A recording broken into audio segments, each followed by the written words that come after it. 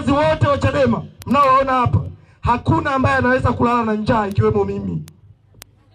Wote tuna uwezo wa kuendesha maisha yetu.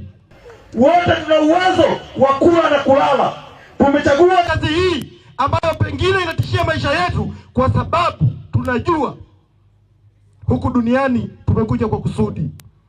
Kwa sababu tunajua umaskini mlionao nyinyi sio mpango wa Mungu. Umaskini mlionao nyinyi watu Dodoma sio laana kutoka kwa Mwenyezi Mungu.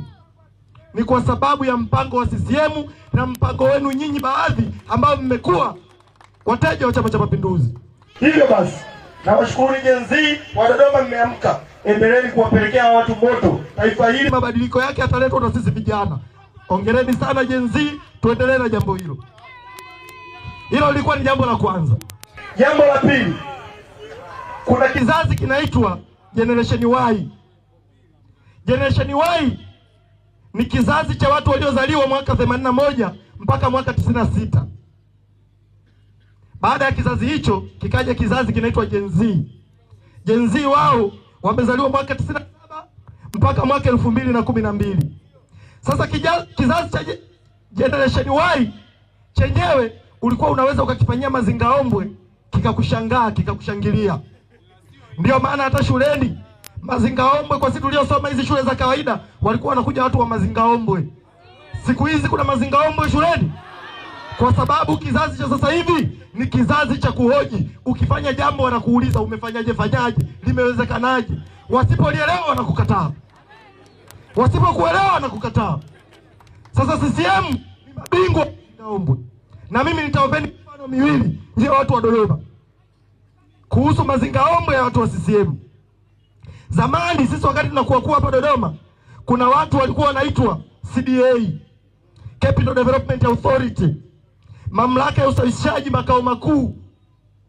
Kila mtu alikuwa analalamikia CDA kwamba CDA wanatupola viwanja, CDA wanatuonea. CCM wakaona wananchi mnaipigia kelele CDA. CCM kwa sababu ni mabingwa wa mazingaombwe wakaifuta CDA mwaka 2017. Wakasema ardhi ya Dodoma itakuwa chini ya halmashauri ya jiji. Leo matatizo ya ardhi yaliyopo Dodoma, leo ardhi ikiwa chini ya halmashauri ya jiji ni makubwa kuliko ilipokuwa CDA. Kwa sababu hawajatatua tatizo msingi. Waliamini kusema ardhi iko chini ya jiji wametatua tatizo, kumbe walikuwa wanataka kuwapumbaza, kuwadanganya. Hawajatatua tatizo lolote. Zamani nyinyi wakazi wa Dodoma mlikuwa mkilima, hakuna mtu anakuletea mbolea, hakuna mtu anakusaidia chochote, unaenda kuuza mwenyewe mazao yako. Leo wameanzisha kitu kinaitwa nini? Stakabadhi ghalani. Stakabadhi ghalani ni mazingaombwe. Wao unalima kwa gharama zako, ukivuna uwapelekee watu mahali, wao ndo wanajua kupuzia. Na cha ajabu siku hizi gharama za mazao kupitia stakabadhi ghalani ni ndogo kuliko kipindi ambacho mlikuwa mnauza wenyewe. Hayo ni mazingaombwe, sio mazingaombwe? Sasa sisi Chadema tunasemaje?